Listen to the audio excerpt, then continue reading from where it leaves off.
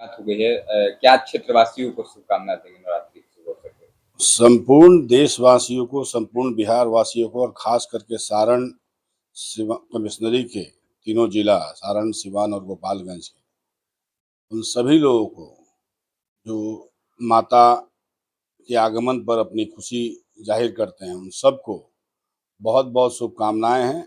ये 9 दिन जो हम लोग माता के पूजा में, आराधना में बिताते हैं और इसका आशीर्वाद सबको प्राप्त हो, सब सुखी संपन्न हो और बिहार की उन्नति हो, इसी सोच के साथ सबको दुर्गा पूजा और नवरात्रि की हार्दिक शुभकामनाएं। कांग्रेस से लगातार आप जुड़े हुए हैं कई सालों से। आपके पिताजी मंत्री भी रहे हैं कांग्रेस से। क्या लग रहा है इस बार टिकट को लेकर आपका नाम सामने आ रहा है? सारण में कहीं न कहीं से आपको पता चला कि टिकट की क्या संभावनाएँ है, टिकट की कहाँ से चुनाव लड़ने जा रहे हैं? देखिए, ये पार्टी नेतृत्व तय करेगा कि मैं कहाँ से चुनाव लड़ूंगा। चूंकि सारण कमिश्नरी के डीएनए में कांग्रेस बसता है और सारण में ऐसा कोई विधानसभा नहीं है जहां कांग्रेसी नहीं है और जो कांग्रेस से प्यार नहीं करते हैं।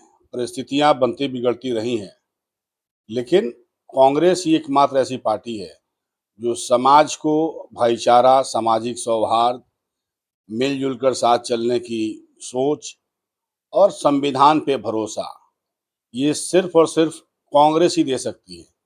मैं किसी व्यक्ति का नाम नहीं लूंगा, लेकिन पार्टी के कुछ पार्टियां ऐसी हैं जो समाज में सामाजिक सौहार्द बिगाड़ती हैं।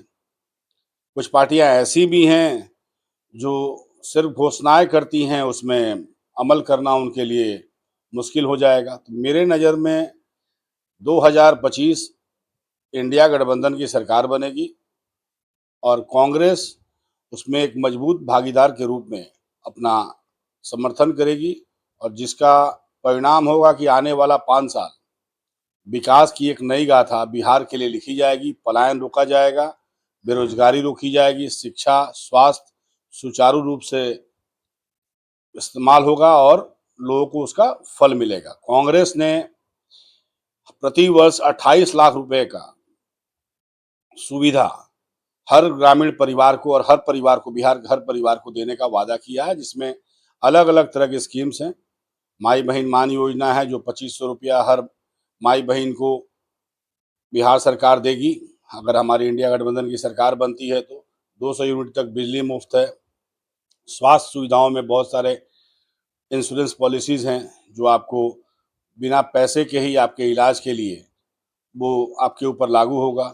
ये सारी बातें हैं जो कांग्रेस के मैनिफेस्टो में हैं और बिहार के लिए कांग्रेस ने इस चीज को मतलब आपकी बोला के है। पार्टी के विधायक हैं महाराजगंज में विजय शंकर दुबे।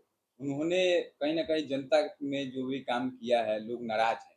कहते हैं कि कोई काम नहीं किए, जीतने के बाद चेहरा तक लोगों ने नहीं देखा। और आप एक तरफ कह रहे हैं कि इंडिया गठबंधन की सरकार बनेगी, जबकि आपके विधायक जो हैं, वो लोग कुछ काम ही नहीं किए हैं, लोग नाराज़ हैं उनसे। खासकर महाराजगंज की अगर बात करें, जहाँ से आपका भी नाम सामने आ रहा है चुनाव लड़ने के लिए। देखिए, मेरे लिए मेरे मेरी पार्टी और मेरा नेता माँ बाप के समान होता है।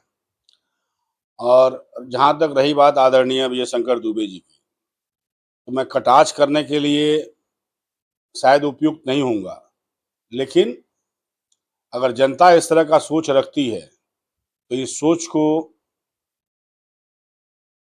बेहतर तरीके से हमारा पार्टी नेतृत्व समझेगा और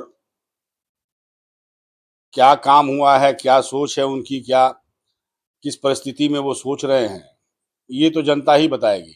लेकिन मेरा काम है पार्टी नेतृत्व पर भरोसा रखना, पार्टी के नेताओं की मान सम्मान की प्रतिष्ठा का ध्यान रखना और पार्टी के लिए अपना सर्वस्व न्यौछावर कर देना सामाजिक हित में।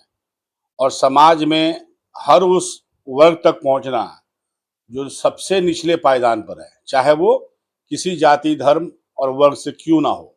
ये उद्देश्य है और इस उद्देश्य की पूर्ति के लिए ही मैं कांग्रेस में हूँ। मेरा पूरा खानदान कांग्रेस में है। मेरे पिताजी कांग्रेस में थे, हैं और आजीवन रहेंगे। मैं कांग्रेस में था, हूँ और आजीवन रहूंगा। सवाल इस बात का है कि कभी कभार कुछ निर्णय लेने पड़ते हैं जो हो सकता है अपने समाज के लोगों के लिए लेना पड़ता है। उसमें 2000 में मेरे पिताजी निर्दलीय चुनाव जीते और वापस कांग्रेस में गए, चूंकि लोग जानते थे और लोगों का ये मानना भी था कि आपके साथ हो सकता है टिकट ना मिल पाया किसी कारणवश, लेकिन कांग्रेस से प्यार था, इस देश के संविधान से प्यार था और इस देश को बनाने के लिए हमारे महापुरुषों ने, चाहे वो आप पंडित जवाहरलाल नेहरू का नाम ले लीजिए, महात्मा गांधी का नाम ले लीजिए, सरदार वल्लभ भाई पटेल का नाम ले लीजिए, लाल बहादुर शास्त्री जी का नाम ले लीजिए, मतलब जितने भी लोग थे इन्होंने देश के लिए अपनी कुर्बानी दी है और आज देश जिस स्थिति पे खड़ा है उनके किए हुए योगदानों के चलते है। अब आज कोई उनको नकारना चाहता है, उस परिस्थिति को नकारना चाहता है, तो ये उनकी अपनी भूल है। कोई पंडित नेहरू की बराबरी नहीं कर सकता, कोई महात्मा गांधी की बराबरी नहीं कर सकता और इस देश के साथ कोई खिलवाड़ नहीं कर सकता। सर, जिस तरीके से राहुल गांधी वोटर अधिकार यात्रा के लिए बिहार में घूमे हैं, क्या लगता है इससे प्रभाव पड़ेगा? ये आप भी जानते हैं, मैं भी जानता हूं, वोटर अधिकार यात्रा आप लोगों ने भी कवरेज किया होगा। हमारे जननायक राहुल गांधी संपूर्ण भारतवर्ष में भारत जोड़ो यात्रा के साथ उन्होंने शुरुआत की। 4700 से ऊपर किलोमीटर पैदल चले, उसके बाद उन्होंने एक और यात्रा निकाली और उसके बाद ये SIR के विरोध में और वोट चोरी रोकने के लिए उन्होंने जो यात्रा बिहार में वोटर अधिकार यात्रा निकाली, उसका एकमात्र उद्देश्य था और उद्देश्य यही है कि बड़े से बड़े पूंजीपति, राष्ट्रपति से लेके और समाज के निचले स्तर तक के हर व्यक्ति को एक ही अधिकार है और वो अधिकार है एक वोट का। और उस एक वोट को अगर आप छीनना चाहेंगे किसी भी कारण से अपने लालच में, तो ये अन्याय है और इस अन्याय के खिलाफ कांग्रेस हमेशा खड़ी रही है और हमारे नेता जननायक राहुल गांधी ने अपनी पूरी ताकत लगा के बिहार के मतदाताओं को, बिहार के लोगों को जागरूक करने का काम किया और जिसमें मुझे लगता है कि पूरे बिहार ने अपना सहयोग दिया है। और SIR के विरोध में राहुल गांधी की जो रैली थी वोट अधिकार यात्रा, वो बहुत बड़ी परिवर्तन लाएगी इस बार बिहार में और 2025 में इंडिया गठबंधन की सरकार बनेगी। तो सर, महाराजगंज लोकसभा क्षेत्र में जब चुनाव चल रहा था लोकसभा का 2024 में, उस दौरान आपकी पार्टी से आकाश सिंह को मैदान में उतारा गया था। काफी मजबूत दावेदारी उन्होंने पेश की और काफी कम समय में काफी अच्छा खासा उनको वोट भी मिला था। हालांकि हार का सामना करना पड़ा, लेकिन फिर बाद में ऐसा उठा हवा कि आपकी पार्टी के नेताओं ने ही उन्हें हरा दिया, क्योंकि विजय शंकर दुबे वहां से विधायक थे और उनके बेटे चुनाव से ठीक पहले भाजपा में शामिल हो जाते हैं।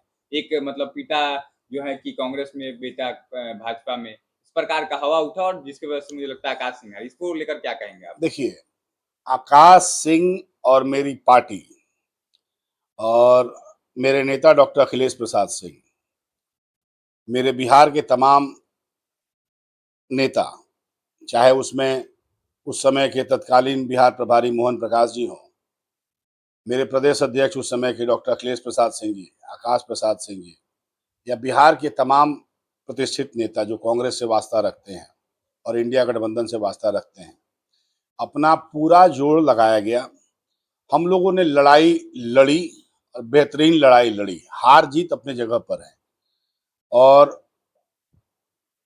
विरोध करना, सिंबल मांगना, टिकट मांगना सबका अधिकार है, चुनाव लड़ना सबका अधिकार है, लेकिन पार्टी नेतृत्व तय करती है कि कौन कहां से चुनाव लड़ेगा।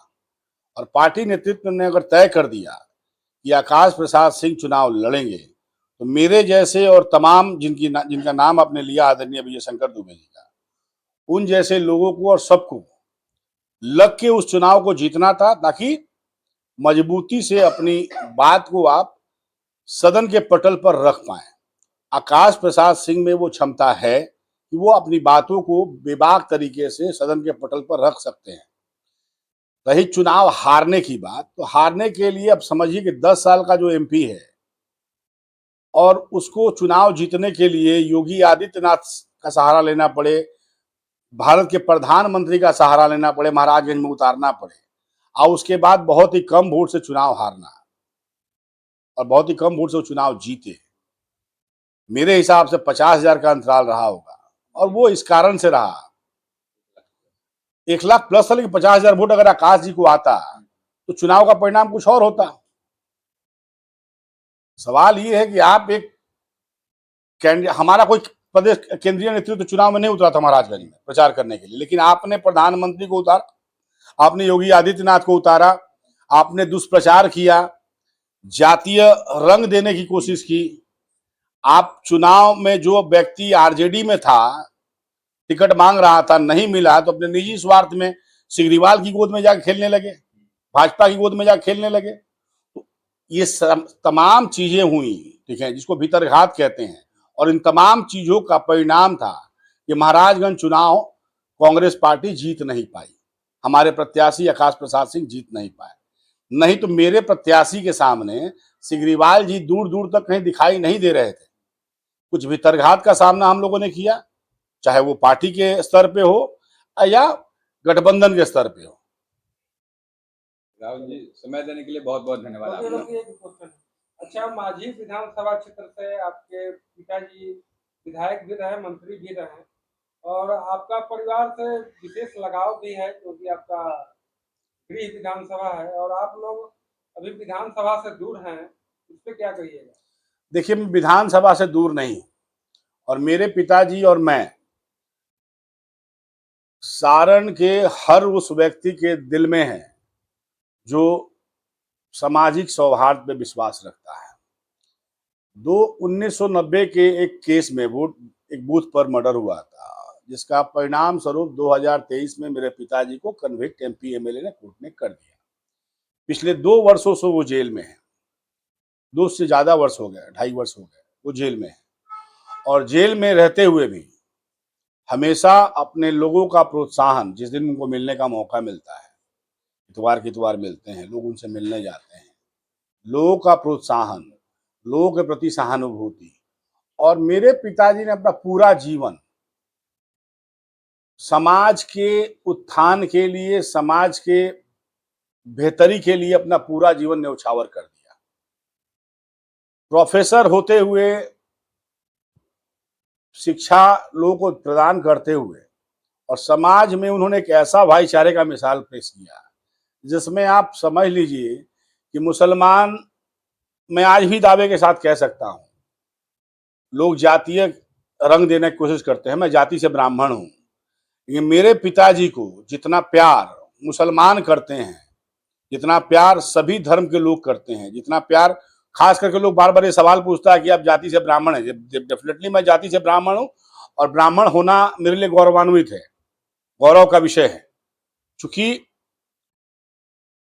अपनी जाति से मुझे प्यार है। उसके बावजूद मेरे पिताजी ने समाज के हर उस वर्ग को अपने साथ जोड़ने का काम किया, अपने साथ लेके चलने का काम किया, और जिसका परिणाम था कि 2000 में वो निर्दलीय चुनाव जीते।